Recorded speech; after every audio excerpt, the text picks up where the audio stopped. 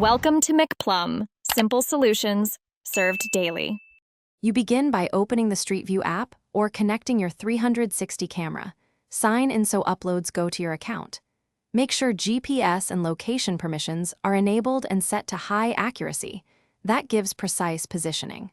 Walk or drive the planned path slowly, keeping consistent height and aiming for roughly 25–50% overlap between capture points.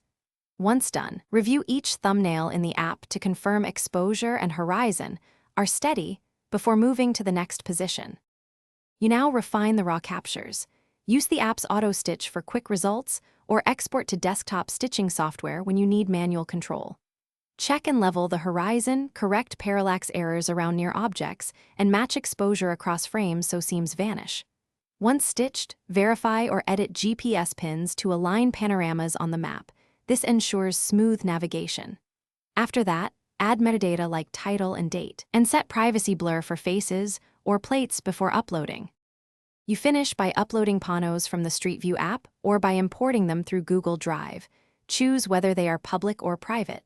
Once uploaded, inspect their placement in Google Maps and walk the adjacent viewpoints to confirm seamless transitions.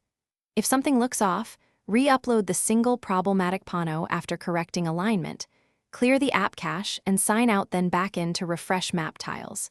If GPS is wrong, adjust the pin manually in the Street View editor and republish. Thanks for watching. Stay juicy and subscribe.